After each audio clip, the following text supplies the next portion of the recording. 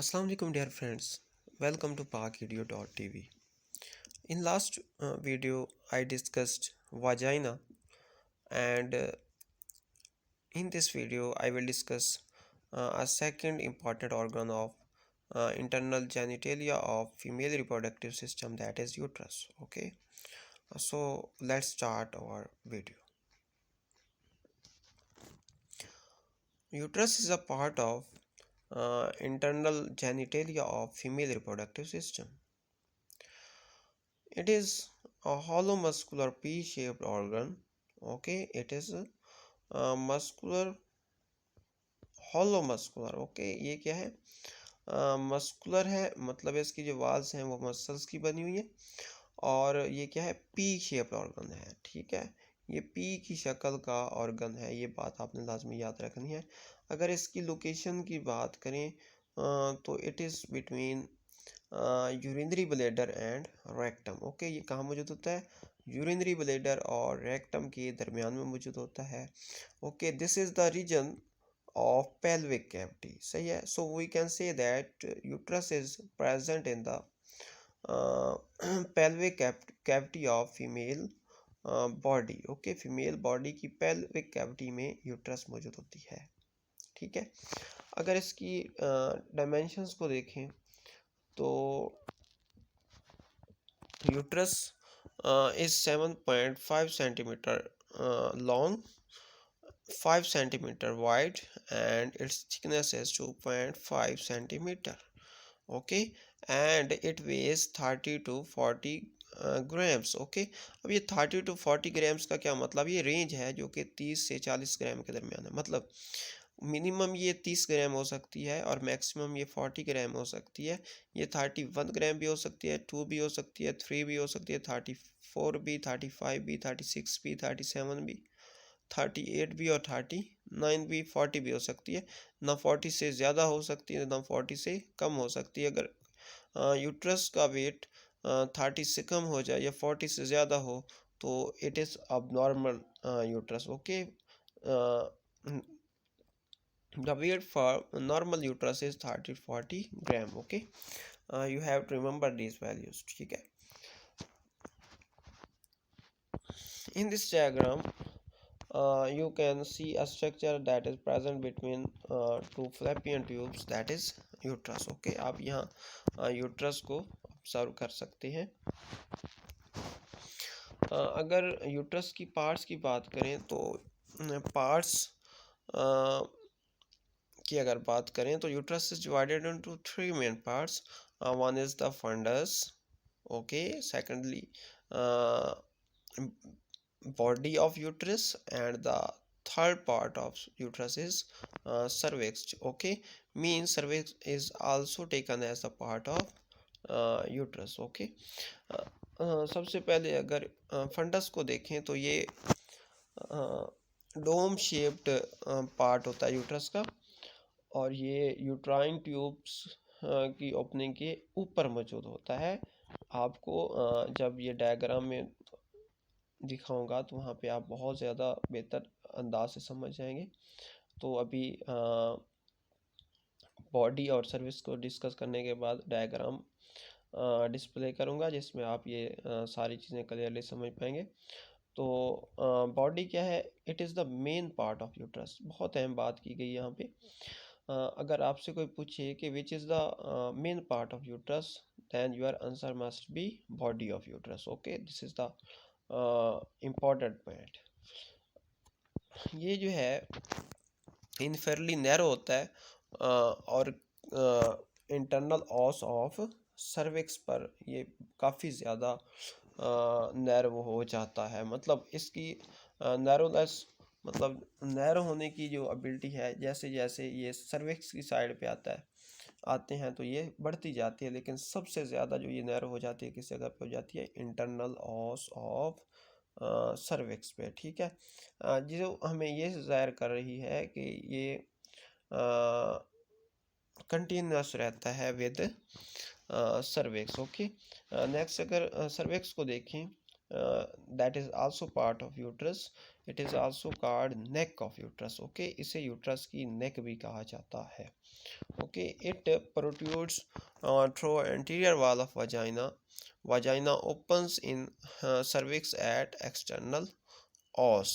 Okay, as we have learned that cervix uh, is a passage that has two constrictions. Okay, one was the exterior one and the second one was anterior one. The exterior one that was towards vagina called external os, while the other one that was interiorly was called internal os. ठीक है, तो जो external ऑस है ये कहाँ open हो रही होती है, वजाइना की तरफ ओपन हो रही है. ठीक है, आप नेक्स्ट अभी इंशाल्लाह डायग्राम में भी ऑब्जर्व कर लेंगे. अगर ये डायग्राम देखें तो इस डायग्राम में ये body of the uterus, okay, cervix और फंडस वगैरह की को मेंशन किया गया. ओके, और सर्विक्स को अगर देखें तो इसमें कंस्ट्रिक्शंस होती हैं, और जो एक्सटर्नल ऑस है, ठीक है, it is towards vagina, means vagina opens in external os of cervix. ये बात आपने लाजमी याद रख लेनी है. अगर लेयर्स में यूट्रस को डिवाइड करें तो uterus is formed by 3 layers. Okay, one is perimetrium, second one is myometrium and third one is endometrium. Okay, इस डायग्राम में आप यूट्रस की तीनों लेयर्स को लेबल किया गया देख सकते हैं. सबसे ऊपर अगर आप देखें तो ये पेरीमेट्रियम को दिखाया गया. ओके, मायोमेट्रियम को आप देख सकते हैं और इंडोमेट्रियम को भी ऑब्जर्व कर सकते हैं. सबसे पहले पेरीमेट्रियम की बात कर लेते हैं. पेरीमेट्रियम जो है ये वेरियस सर्फेसिस ऑफ यूट्रस पर डिफ्रेंशिएट या डिस्ट्रीब्यूशन, नाम ज़ाहिर कर रहा है कि पेरी ये ऊपर ऊपर मौजूद होता है. ठीक है, कवर कर रहा होता है, तो ये यूट्रस की मुख्तलिफ सरफेस को, मुख्तलिफ एरियाज को कवर कर रहा होता है. ओके, और ये जो है एंटीरियरली अगर देखें तो ये फंडस और बॉडी को कवर कर रहा होता है, लेकिन समटाइम्स ये यूनिली ब्लेडर को कवर करने के लिए क्या करता है, एक किस्म का फोल्ड बनाता है. ये बड़ी इंपॉर्टेंट बात है. ठीक है, इंटरनली क्या करता है पेरीमेट्रियम, क्योंकि इसका काम क्या है, सरफेस को कवर करना है, तो ये समटाइम्स क्या करता है, फंडस और बॉडी को तो कवर करता ही करता है, लेकिन समटाइम्स ये यूरिनरी ब्लैडर को फोल्ड करने के लिए कवर करने के लिए फोल्ड्स बनाता है. जिन फोल्ड्स को क्या कहते हैं, वजीको यूट्राइन पाउच कहते हैं. ठीक है, ये पाउच बनाता है, ये वाला पाउच बनाता है to cover urinary bladder. Okay, अगर पोस्टीरियरली बात करें तो ये रेक्टम को भी कवर करता है. ठीक है, क्या करता है, रेक्टम को भी कवर करता है. रेक्टम को कवर करते हुए ये एक पाउच बनाता है जिसे कहते हैं रेक्टो यूट्राइन पाउच कहते हैं. ठीक है, ये दोनों बातें आपने काफ़ी ज़्यादा कंसेप्चुअली माइंड में रखनी है, बहुत इंपॉर्टेंट है.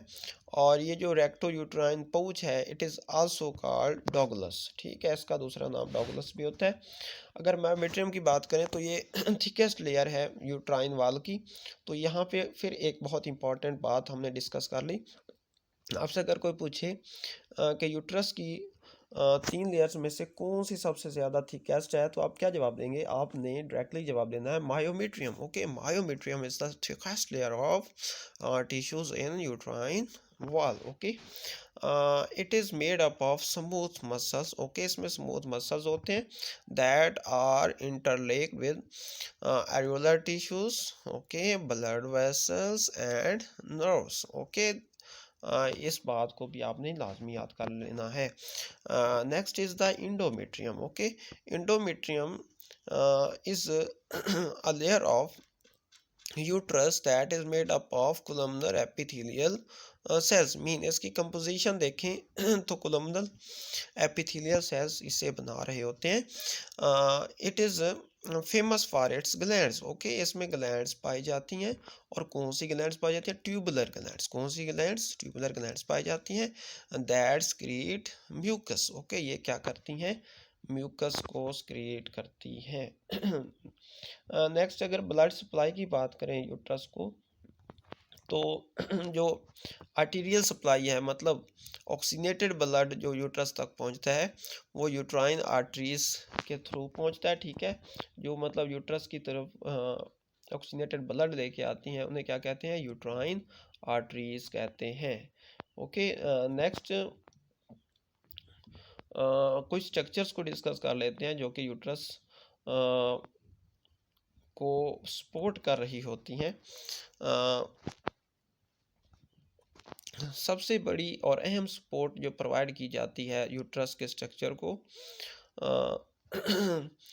That is provided by surrounding organs. Okay, uterus को वो ऑर्गन्स सराउंड कर रहे होते हैं, वो भी इसे क्या कर रहे होते हैं? सपोर्ट कर रहे होते हैं।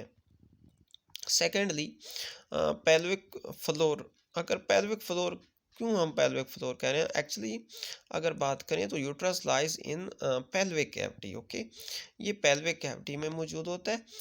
That's why the muscles of pelvic floor play also play their role in supporting uterus. Okay, ये बात आपने लाजमी याद रखनी है। And the third one are ligaments that suspend uterus from walls of uterus. So ligaments are also playing a role in determining and supporting the structures and functions of uterus. Okay, there are three types of ligaments present in the uterus of sorry that support uterus. One is the broad ligament. Okay, I will also represent these ligaments in the next diagram. uh, broad ligament क्या है? ये peritoneum का एक double fold है। Okay, और ये जो है यूट्रस की दोनों साइडों में मौजूद होते हैं। ओके, मतलब यूट्रस की एक लेफ्ट साइड पे मौजूद होगा तो दूसरा राइट साइड पे मौजूद होगा, मतलब both sides of uterus are covered by broad ligament. ठीक है, आपने ये बात याद रखनी है। नेक्स्ट, अगर राउंड लिगामेंट्स की बात करें तो these are the bands of fibrous tissues. Okay, ये क्या है? फाइब्रस टिश्यूज के बैंड्स होते हैं। और ये पाए कहाँ जाते हैं? These are present between two layers of broad ligaments. ठीक है, ब्रॉड लिगामेंट्स होते हैं और ब्रॉड लिगामेंट्स की दोनों लेयर्स के दरमियान में क्या पाए जाते हैं? राउंड लिगामेंट्स पाए जाते हैं। ओके, ये बात आपने याद रखनी है। Next, third one type is intrasacral ligament. Okay, they originate from the walls of cervix and वाजाइना।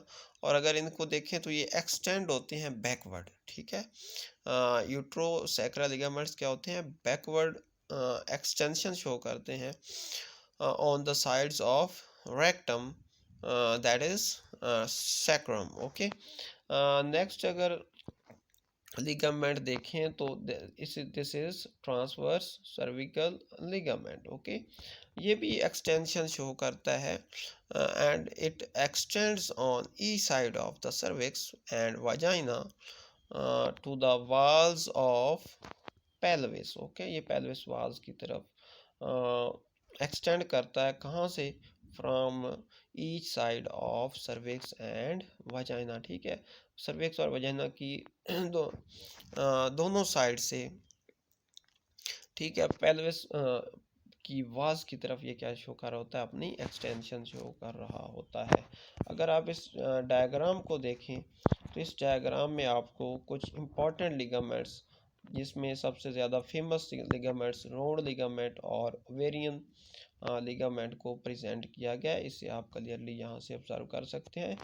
I hope this video will be useful for you people. Inshallah, in next video I will discuss uterine tubes, that are also part of internal genitalia of female reproductive system.